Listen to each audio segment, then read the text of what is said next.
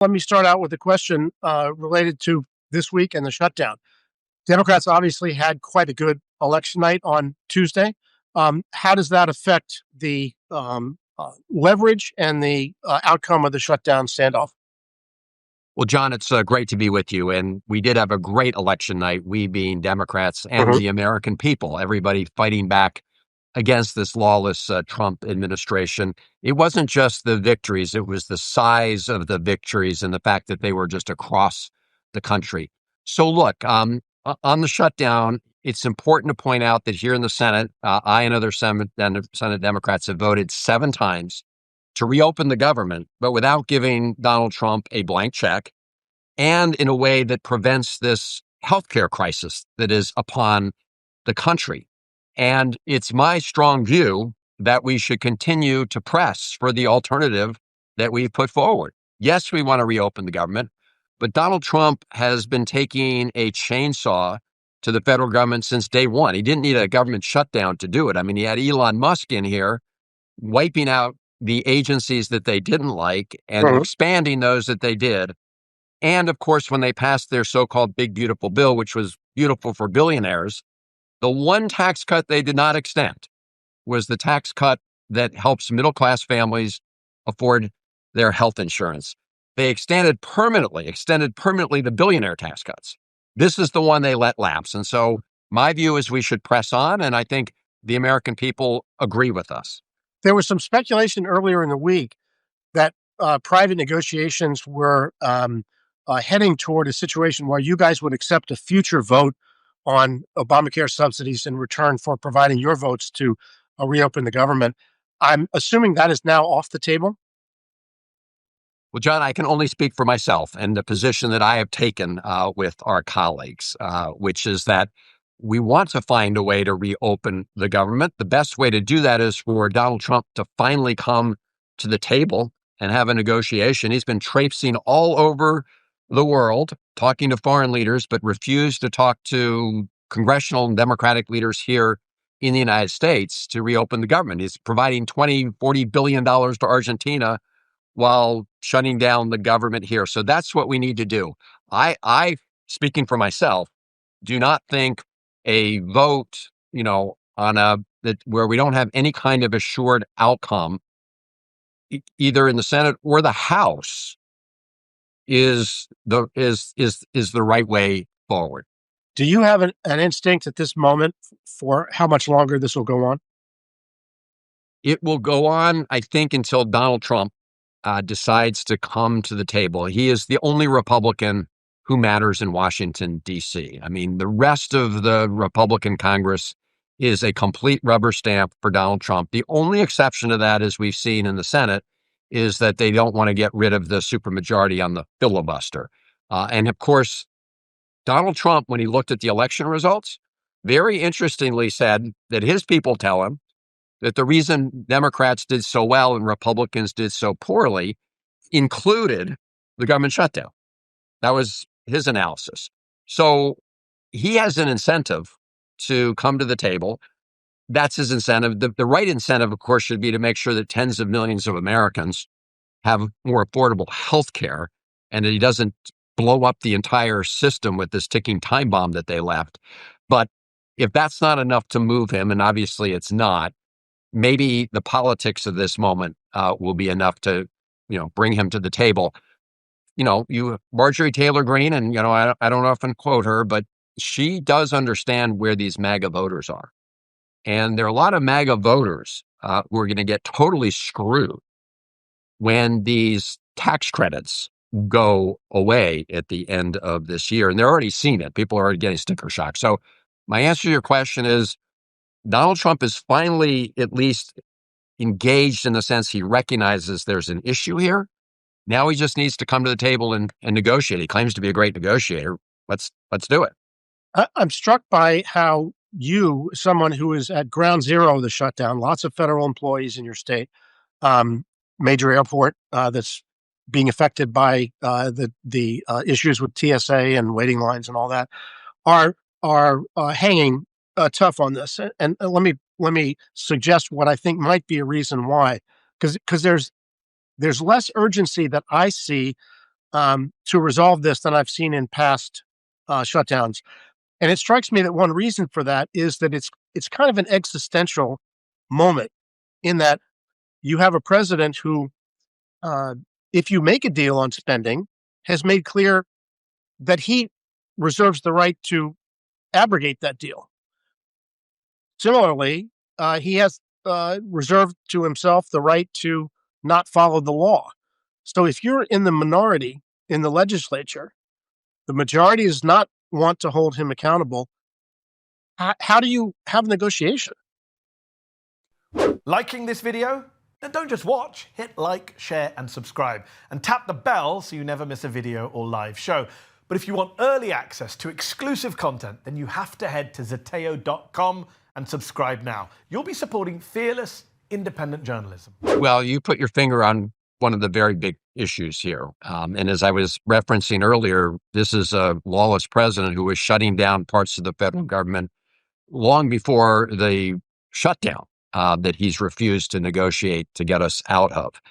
And you're absolutely right. And we have incredible, dedicated federal employees in the region, in my state of Maryland, and of course the Virginia, D.C., Maryland area. They represent about 20% of all federal employees. It is important to remember that 80% of federal employees are in other parts of the country. But we do have this very dedicated set of federal employees. And I have been doing everything I can to make sure that they have resources available to them during this terrible period of time. I will say that during the first Trump shutdown, that was the first record 35-day Trump.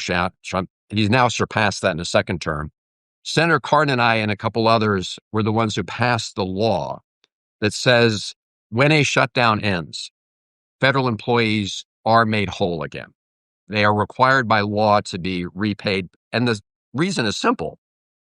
They're innocent bystanders in this. They have nothing to do with what caused the shutdown. They should not be the ones who are victimized by it. But you have a president right now who says he may not follow that law. Well, that's right.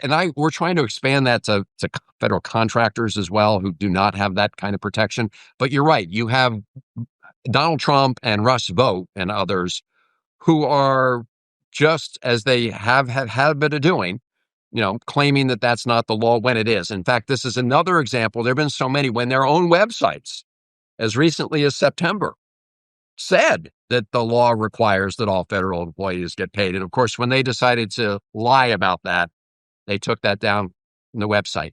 So, whether they decide to play games at the end of the day on this or not, I don't know. But what we do know is if this goes to court, we win. We absolutely win. The law is crystal clear.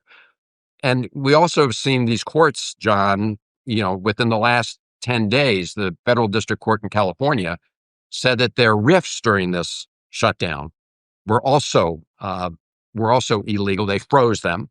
And the judge said, this is the judge's word, political retribution. I do want to end on this piece here by saying that I have introduced legislation that would pay all the federal employees during the shutdown, those who are still having to work without pay, as well as those who have been furloughed. Senator Ron Johnson put forward a proposal to pay just those who are working. And I want to pay those who are working. But if you think about that, it gives Trump the power to decide who he will keep on the job working and paid and rewarded, and who he will punish. And we can't give him that power. Our proposal also would prohibit these RIFs very clearly during a shutdown. What do you see as the constraints operating on Donald Trump right now? Obviously, the House has not been willing to do that by any stretch. Neither has the Republican Senate. You guys have a minority that, in this instance, in terms of a shutdown, gives you some power, but they're suggesting that they may not follow whatever deal you strike. The lower courts have indicated, put some curbs on the president, but we don't know yet whether the Supreme Court is willing to enforce those curbs. What do you see as a limiting factor for the things that Trump wants to do? So, John, I think there are three, and you've identified some of them, but let me just expand. So the courts have been a very important constraint on this lawless president. As you say, primarily the federal district courts, some of the circuit courts, every once in a while the Supreme Court. In the case of Kilmar Abrego Garcia, who was the Maryland guy who was disappeared off the streets of Maryland and sent to El Salvador, the Supreme Court ruled 9-0 that was a clear violation of his due process, and they had to facilitate his return. So the courts have provided an important constraint. I mean, we would see even more damage done in terms of withholding of funds, firing of federal employees, and many other things, but for the courts. And of course, we just had the Supreme Court hearing in the tariffs case yesterday. And, it was clear a lot of the justices were skeptical that the president could just raise tariffs across the board as he has. So they are in constraint. As you mentioned, in Congress, really, the Republican Party is a cult of Donald Trump. I mean, that is what it is. It's a very sad day, and they refuse to take him on. So we are using whatever powers we have here in the Senate to reopen the government, but also deny the president that blank check and deal with the healthcare crisis. But the biggest, I think, long-term constraint are really people across the country, communities. And in a couple ways. I mean, number one, we see communities of neighbors trying to protect their neighbors against some of these ICE raids where, the president said he was going to go after the worst of the worst. If you look at all the data, they're going after people primarily who have posed zero public threat. So that's that. Then you have the elections. And of course, preceding the elections we just had, you had No King's Day, 7 million Americans coming out. That momentum and the election result here just a few days ago, those help empower more and more people. And they will send some warning signs up to Republican members of the House or the Senate. As I say, it's a constant battle in their minds. Are they more afraid of a Donald Trump tweet against them? Or are they going to be more afraid of the rising unhappiness of their constituents as their constituents' prices go through the roof, as they lose their tax credits for health insurance? I think that balance hopefully will change. We just don't know when. Let me ask you this. You've heard a lot of criticism from within your own party of why aren't the congressional Democrats fighting harder? Why aren't they more effective in stopping the administration? That's been difficult for me to get my arms around because you don't have that much power. But one thing that you did as an individual was go down to El Salvador on this case of Abrego Garcia, and people seem to agree that had an effect. That the spotlighting of that case and the spotlighting of due process, as opposed to his own individual case, meant something. Having said that, how effective do you think that was, and what else can be done along those lines? Well, John, when I went there, I went there because I was really upset at what happened to Abrego Garcia. I had spoken to his wife, Jennifer, and, saw their kids, and it was just outrageous, right? This guy was disappeared off the streets of Maryland. And at the time, President Bukele of El Salvador was actually coming to the United States. So you remember he met with Trump in the Oval Office. And so what I did was I sent a letter to the ambassador of El Salvador to Washington, D.C. And I said, while President Bukele is here, I'd like to talk to him, maybe by phone, because the Trump administration has taken Abrego Garcia to El Salvador. You got him locked up in a gulag. Well, they blew me off. They didn't respond. And I said in that letter, if I didn't get a response, I was going to go. So I went.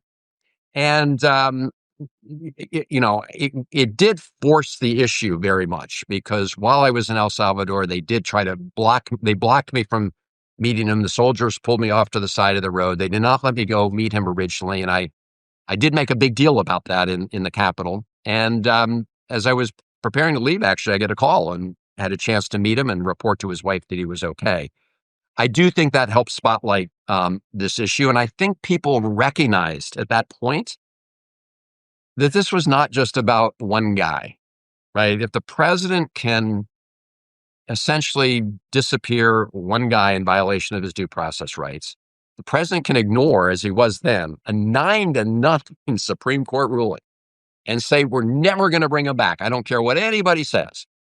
That would be a big, big problem. And so I do think it helped galvanize people. There were a lot of people who said, don't do it. Don't get involved in the immigration disputes. But, my view was this was about due process. And every American should care about that.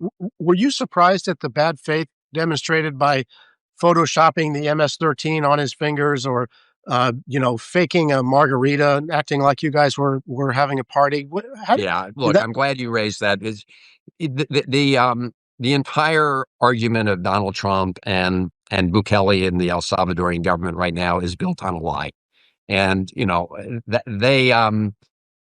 they staged that whole thing, bringing the margarita to the table. As I said, if you're a Sherlock Holmes fan, you'll see that the salt around the rim was never broken. Nobody touched them. I have no idea what was in them. But it does go to show, John, the lengths that Bukele and Trump will go to lie about this case, including, as you say, the Photoshop of the MS-13. And I think my message to all Americans on this is tell them to put up or shut up in court, right? Don't listen to what they say on social media. We know they lie. We know Trump lies every day. He's a congenital liar. Look at what they say when they go to court, when they're under penalty of perjury. And if you look at that, you'll see what the federal district court judges have said, which is that they've provided no evidence to support these claims that he is a member of MS-13 or, another, group like that. But I do think it's a constant reminder that their case they can only persuade people by lying, and people need to understand that they're lying. And but it's also a reminder of the difficulty of, negotiations, just like interviews, only work if you have a presumption of good faith on both sides. And it's very difficult to operate if you don't have that. Let me ask you something that Trump has called for that some Democrats say, give it to him, and that is get rid of the filibuster. Let them take responsibility for opening the government, and then you have a cleaner accountability mechanism. What do you think about that? So, John, whether or not Republicans at this moment want to get rid of the filibuster really is up to them and Donald Trump. I'll tell you why Senate Republicans don't want to get rid of the supermajority of the filibuster. Because I'm in the camp that believes in the long run, it's better for our democracy, small d, to get rid of the filibuster. But everyone should understand the reason Senate Republicans are resisting this request. It's because there are lots of important things that we should do in our country that Republicans have used the filibuster to block. So, for example, the John Lewis Voting Rights Act. So, for example, a bill that I introduced years ago called the Disclose Act to get rid of secret money in politics. All of those bills, all of those ideas are subject to the filibuster. And Republicans are scared of campaign finance reform.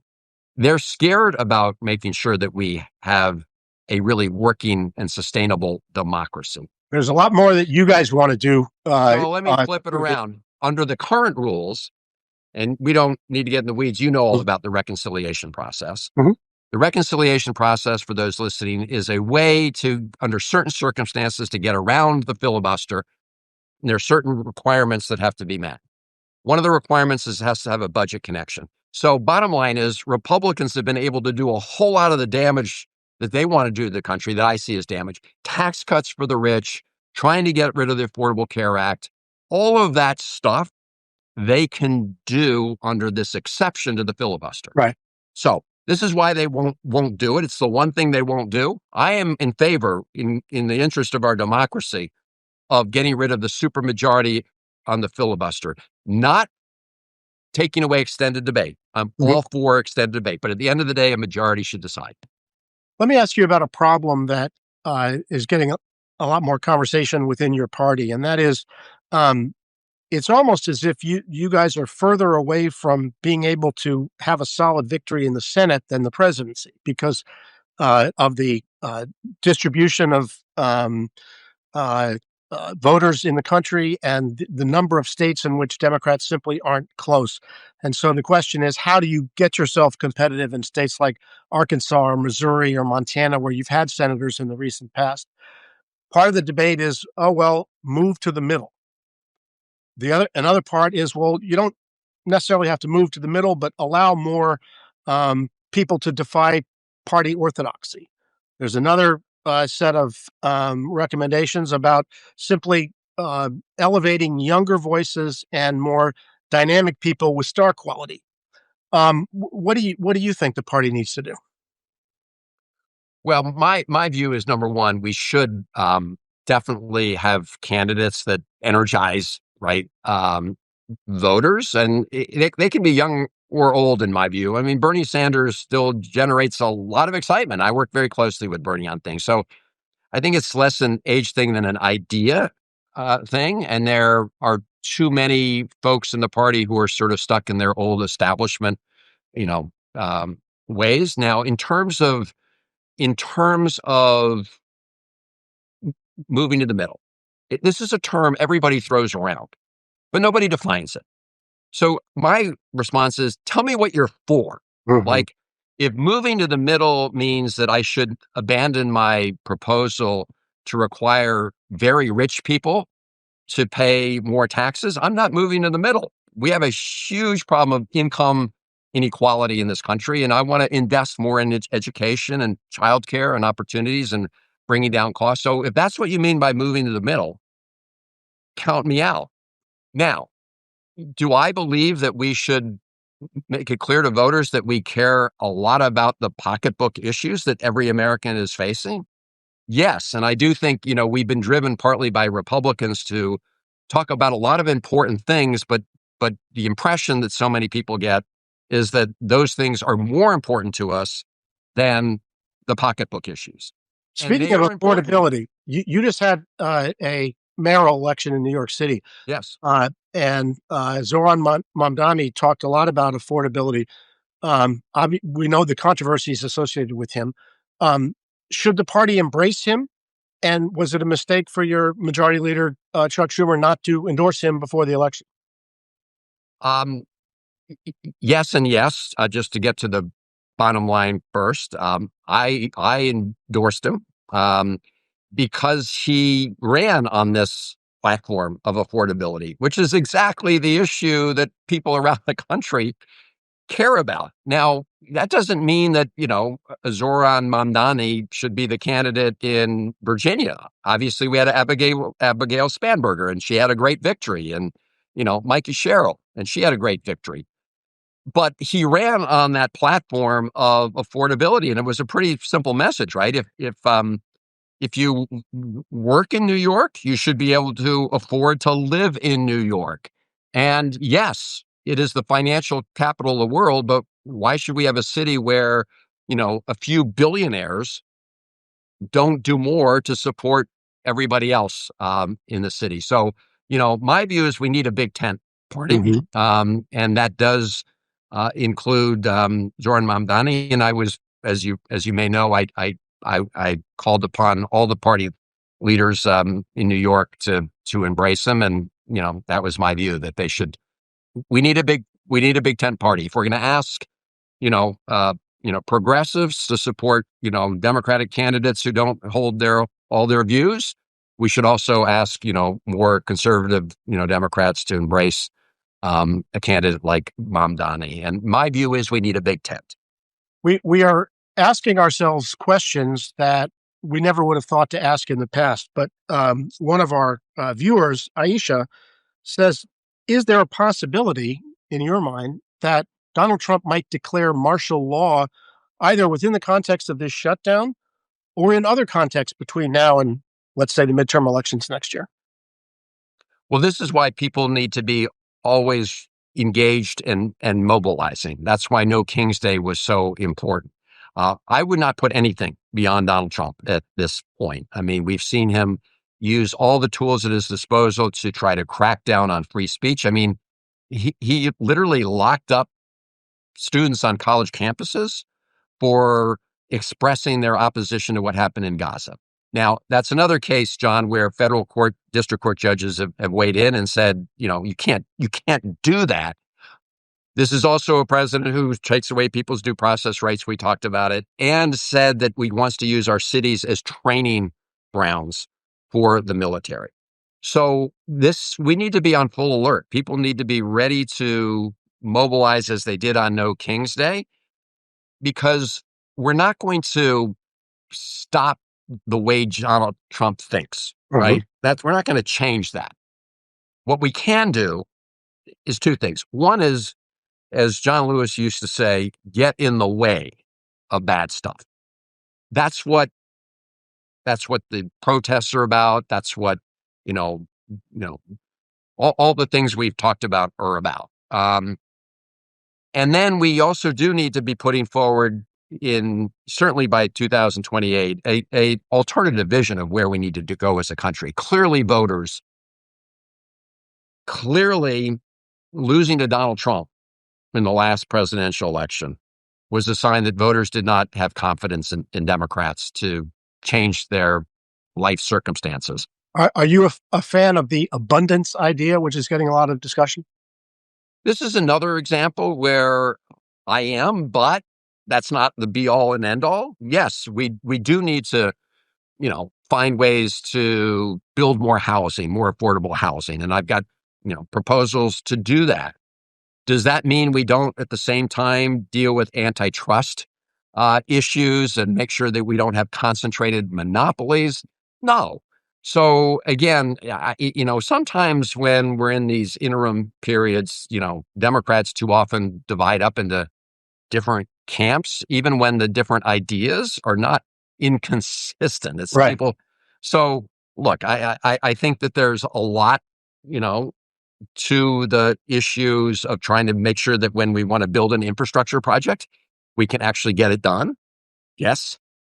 But that doesn't mean that we shouldn't also focus on consumer protection issues, or, as I say, going after on antitrust issues. I'm very nervous about consolidation of power in the media right now, and especially consolidation of power in the hands of, these very right-wing MAGA folks.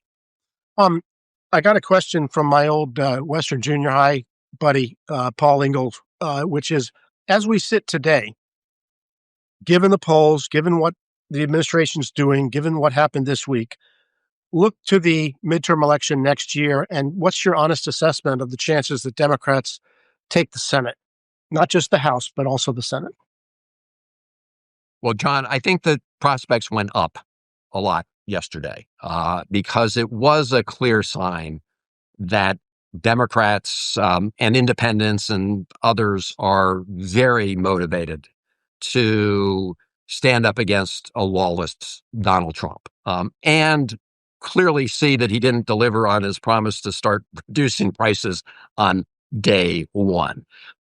So I think our chances just went up significantly. And, just looking at the polling, and I'm not one who always quotes polling because it does bounce around. I mean, Democrats now have, I think it's an 8-point margin in the generic for the, on the House of Representatives and in the midterm. So, we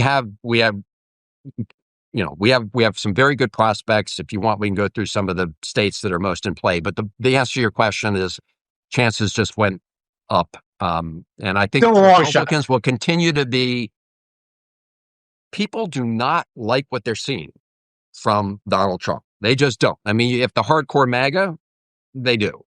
They're still there. But for most people, not. We're at time. Chris Van Hollen, thanks so much for joining us. Before we sign off, let me just say to viewers, please subscribe to Zeteo on Zeteo.com, and please subscribe to my column on that site, which is called The Stakes. Senator, thanks so much for being with us. Good to be with you. Okay. Thanks, John. Bye-bye. Did you like this video? Don't forget to subscribe to this YouTube channel and turn on notifications.